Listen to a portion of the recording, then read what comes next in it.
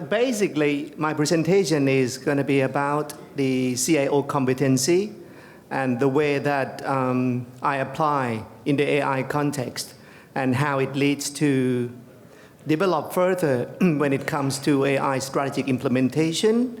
And I have a case studies that I did in Thailand. I apply all these in the insurance industry.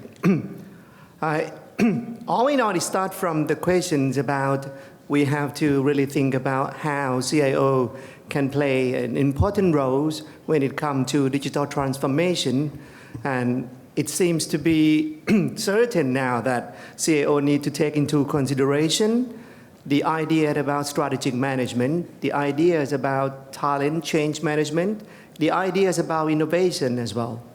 So the problem is that a lot of CIO, they have a lot of technical background. Most of them graduate with computer science, IT engineer.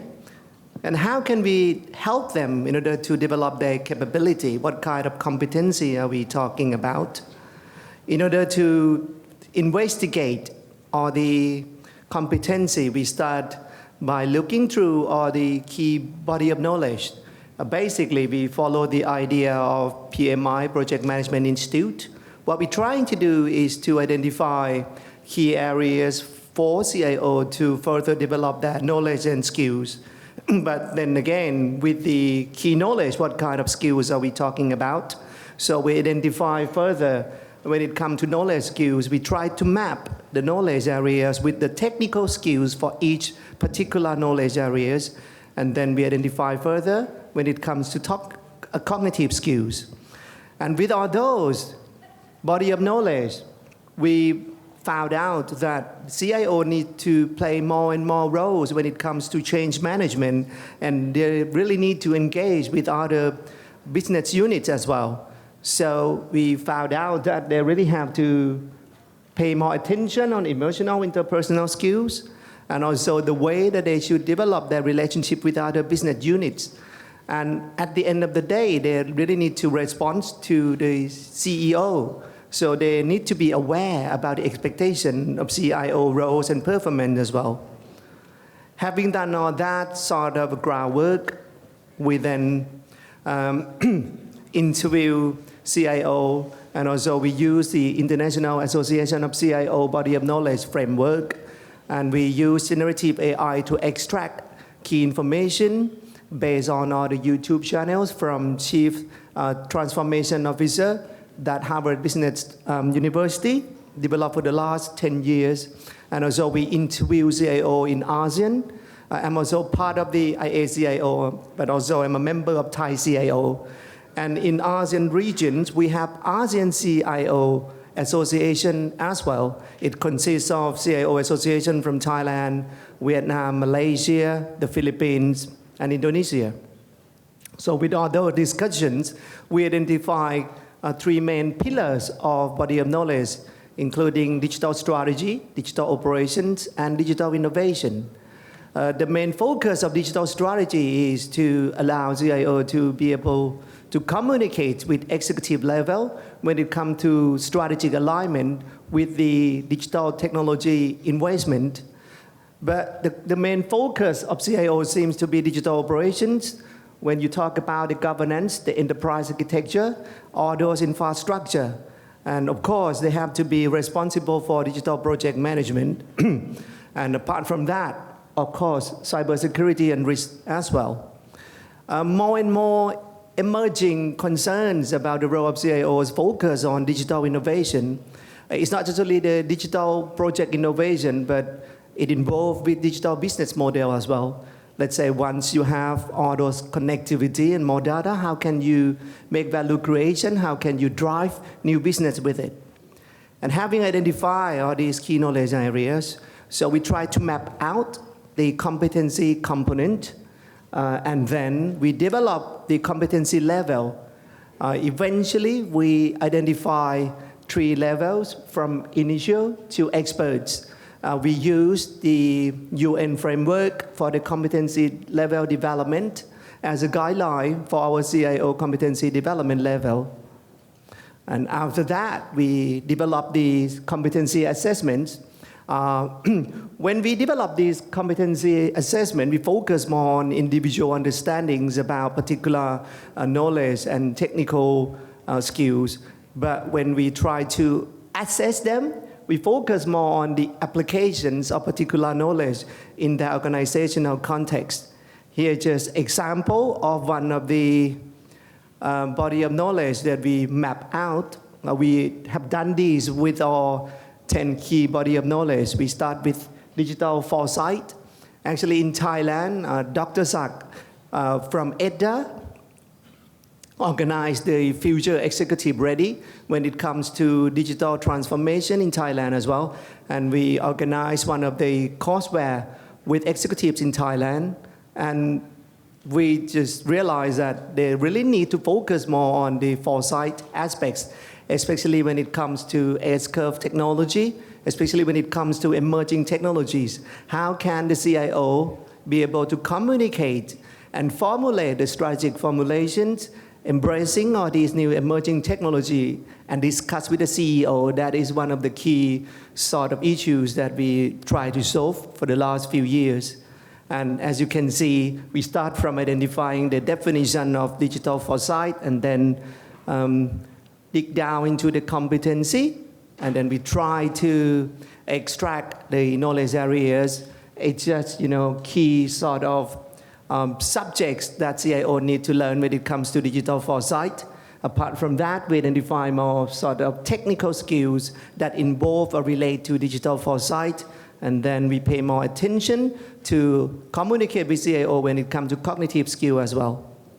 Apart from that, we stretch more, we empathize more when it comes to emotional and interpersonal skills, because at least in Thailand, IT people or CIO, they tend to focus more on a technical background, and they have their own world. And I've been involved with big corporations in Thailand for the last almost 15 years. What I was asked to do is to join the CIO panels and give a sort of a soft comment. The CEO expects that CIO should be able to communicate better, but if you just make harsh comment to them, they're gonna stop talking to you. So what the CEO has done for the last 15 years is that they allow time for external experts to come in and just give a short comment and then have a discussion later on. So they try to avoid direct conflict with CIO so that they can improve their emotional and interpersonal skills. Apart from that, we identify that for each particular subjects, what business unit that they need to work with, and of course, what kind of performance output that the CEO and executive level are expecting from CIO. And with that, then we develop the competency level from 1 to 5, from initial to experts. And after that, we developed an assessment criteria with the evidence types. It means that you can use something like a simple survey as well as a case studies to ensure that each CEO has a particular competency level when it comes to specific subjects. And we separate them into 5 levels. And here it's just example at the AI Center, Thamsatitdej University. We develop a platform that allows CIO to assess themselves. Instead of asking CEO to evaluate CIO, we start from allowing CIO to just explore how well they are doing in particular areas. And here is just an example from the insurance industry. As you can see, the average level of that competency is level 3. What we normally expect, the acceptable level is actually level 4, which is they can use their skills to analyze different contexts. They can formulate, let's say, strategic formulation, strategic roadmap, and identify key issues when it comes to talents and infrastructure. But at present, they just, let's call it more like a reactive sort of response when it comes to digital transformation strategy and AI transformation strategy. What interesting about this survey is that we found out that the CIO in Thailand now, they have different background. Previously, when I mentioned that a lot of CIO, they have a strong technical background, but nowadays they seem to have diverse background. Some of them are from business, as you can see, is about almost 20% of the CIO in Thailand now, they come from a business background or economic background. And some of them are hybrids. They might study engineering with their bachelor degree, and then they study business in their master degree.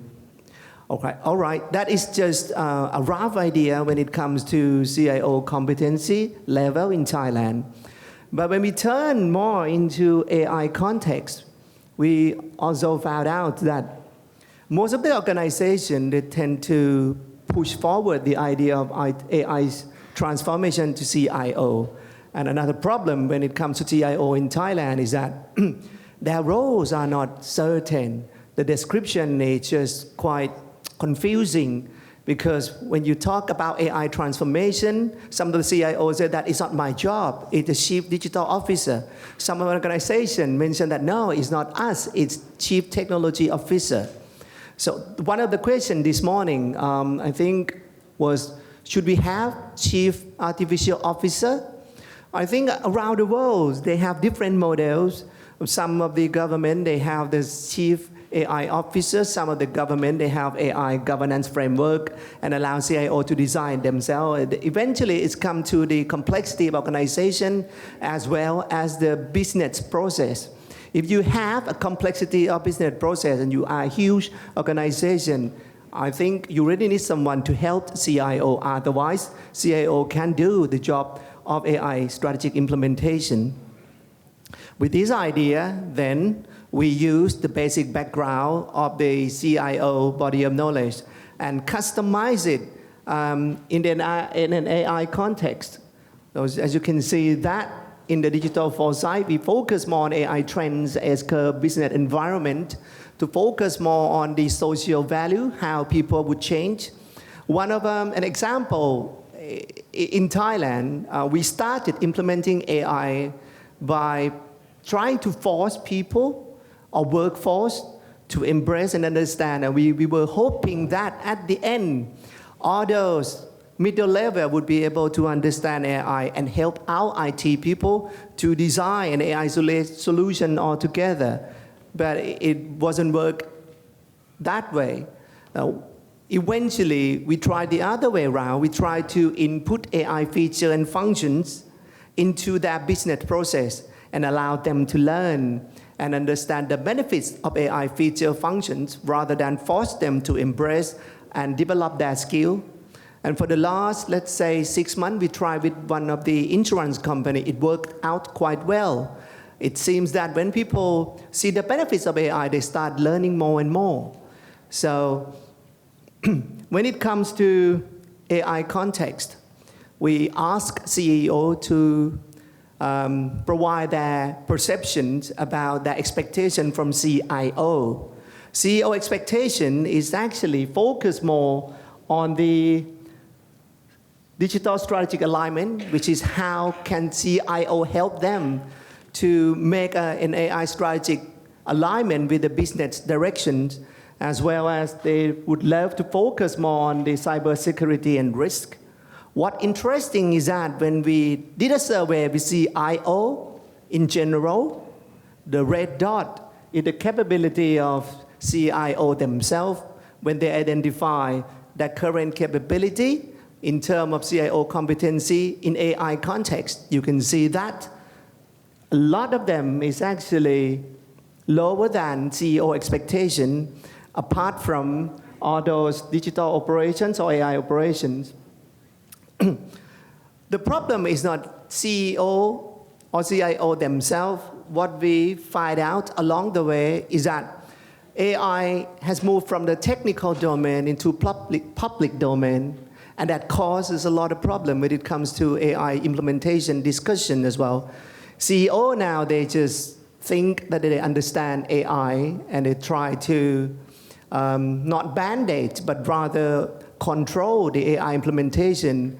by assigning some IT group to develop specific solution for some business units. Having done that caused more problems at the end. So when we find out about these issues, we try to further identify what other AI workforce should do. How would they understand better when it comes to AI strategic implementation? And then we identify that CEO, they should know their roles and understand AI in that sort of specific context as well. Apart from that, the last one is AI user. And we identify that AI user who is actually the staffs at the operational level. They should understand the basic understanding of AI and how to use it. But as I mentioned before, we're not going to push them to embrace AI, but rather to allow them to learn and understand the benefit of using AI. And having done all these, we find out that in order to help out more, we need a holistic view when it comes to AI strategic transformation, because at the organizational part, we understand different levels and what kind of skills and understanding each level needs to develop. But when it comes to organization itself, we develop an AI maturity model framework. At present, we develop around 5 AI maturity models for higher education, insurance, manufacturing, hospital, as well as the logistic company. When it comes to AI maturity model, the idea is just similar to competency level development. We identify the key dimension, and then we classify the level of development into 5 levels as well. And here is an example of an insurance company that I have done a few months ago. At the corporate level, on average, insurance company, they are at level 2. It means that they are beginning to adopt AI. They have a pilot project underway.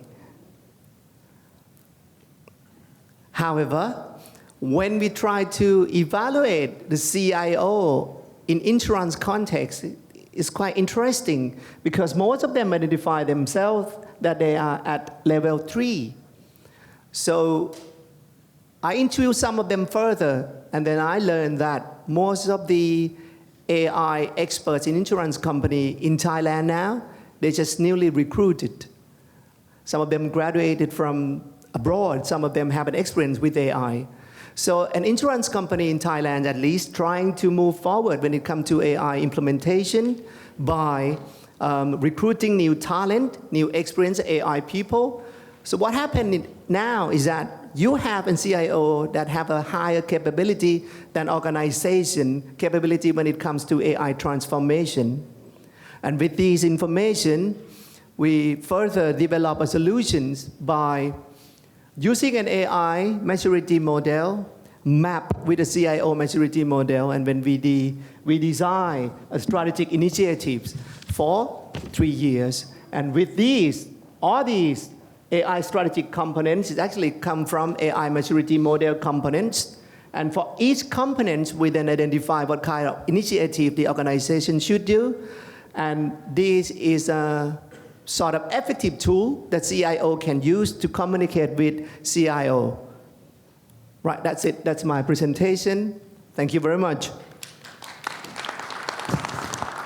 I think that you did a tremendous job to establish the whole kind of a standard for CIO in terms of AI. You mentioned that you implemented this in the insurance sector. Yes. So what was the general feedback from them? And then I also want to know other industry like manufacturing and also especially IT companies of Thailand. Well, they say that at least they have some sort of information to communicate and discuss further. That is something that they love to have. It's the result of AI maturity model assessment. And when I try with the representatives from insurance companies, they send the link of an assessment back to the organization as well. And now they are distributed to executive level as well. So at least they would love to know how well are they doing at present. We haven't actually tried to implement it with IT organization, but we have done with higher education. I have done this with the entire university in Thailand. I have a result, but I would better keep it. It doesn't look nice. Okay. So do you have any plan to extend to the ASEAN? Yes. Or other Asian countries? Yes, we are developing this platform for free actually because we would love to learn more. How can we leverage the AI capability? Because I work with Dr. Sak as well. So Dr. Sak, he's work at national level. So all the framework, a lot of organizations in Thailand, they don't understand. What I'm trying to do is I'm trying to explore how Thai organization learning about AI implementation and AI governance. And with this information, I can share back to the a national AI committee so they can have a better idea about the policy in the future. Well, one other note, so these core competencies are going to update the core competencies in the International Academy of CIO Accreditation Handbook and then get mapped into a curriculum. Yes. And Lynn, with the last question, please. Yeah, I've found that the CEOs often think of the CIO in one of two areas. They think of them as being a strategic advisor on the use of information in the company, or they think of them as being the technical wires and switches people. And very often, most companies think more in terms of the wires and switches rather than the strategic foresight, the two levels you had at the top of your graph. Do you find that also, that the CEOs really are actually asking for strategic information from the CIOs, or is it more technical?